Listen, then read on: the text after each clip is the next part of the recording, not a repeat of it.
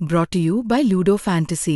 Ludo Fantasy दे रहा है 3 लाख तक का health insurance because we care for you. Download Ludo Fantasy now. Visavadar વિધાનસભાની પેટા ચૂંટણીનું મતદાન થઈ ગયું છે. 23મી તારીખે પરિણામ જાહેર થશે.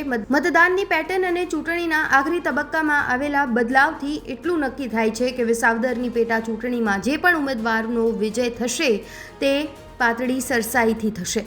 આ અટકળો પાછળ ભૂતકાળની ચૂંટણીઓનું ગણિત અને આ વખતે થયેલું મતદાન અને મતદાન પાછળના પરિબળો ઉપર જ નજર કરવી પડે છે.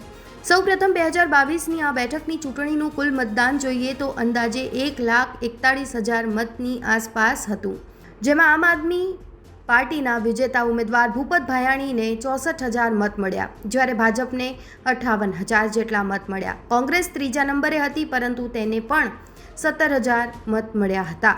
આ ચૂંટણીના પરિણામોમાં પણ કોંગ્રેસના મત ઉપર ખૂબ મોટો મદાર છે. જે રીતે કોંગ્રેસે આ ચૂંટણી લડવા માટે લડી છે એ રીતે જો કોંગ્રેસના મત 17,000થી ઘટીને 10,000 કે તેનાથી નીચે જાય તો તેનો લાભ બંને પક્ષોને મળે છે, જેમાં વિપક્ષ આમ આદમી પાર્ટીનો હિસ્સો 60% અને ભાજપના હિસ્સે 40% અંદાજવામાં આવે છે.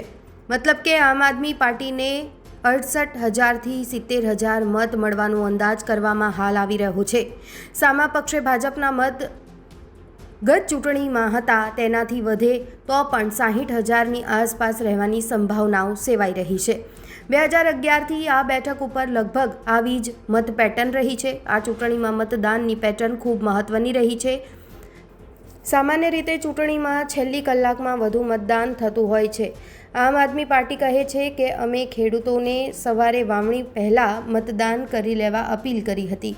ભાજપ કહે છે કે અમે પણ અપીલ કરી હતી. આ ચૂંટણીમાં પાતળી બહુમતીથી પણ જો ગોપાલ ઇટાલિયા વિજેતા બને તો તેમાં સૌથી મોટો હાથ જવાહર ચાવડા, હર્ષદ રીબડિયા, ભૂપત ભાયાણીનો હશે. આ તમામ તેમની રાજકીય તાકાત પુરવાર કરવા ઝેરીલા પદ્ધતિથી ભાજપને જ નુકસાન કર્યું હોવાનું ચર્ચામાં છે.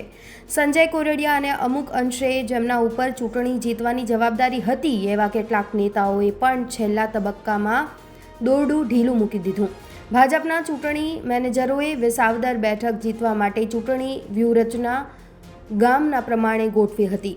વિસાવદર તાલુકાના 154 ગામોમાં સરપંચ બેઝ આખું વ્યવસ્થા તંત્ર ગોઠવાયું હતું. વિસાવદર અને ભેસાણ અનુભવી અને પાયાના નેતાઓના હાથ નીચે અલગ વ્યવસ્થા મુજબ ચાલતું હતું. ભાજપની સરપંચોએ આપેલા વાયદા મુજબ મતદાન થાય તો ભાજપ માટે પાતળી બહુમતીથી વિજયની શક્યતા છે. જોકે ભાજપના નેતાઓને અહીંયા મતદારો અકડવાળા લાગ્યા છે. ભીડ ભાજપની સભામાં કરે અને મત આમ આદમી પાર્ટીના ઉમેદવારને આપે એવી ઊંડી શંકા પણ સેવાઈ રહી છે. આમ આદમી પાર્ટીના ઉમેદવારને જીતાડે તો એ બોનસ જ છે. જોઈએ હવે 23મી તારીખે મતદારોનો મિજાજ મતપેટીમાંથી કેવી રીતે બહાર આવે છે.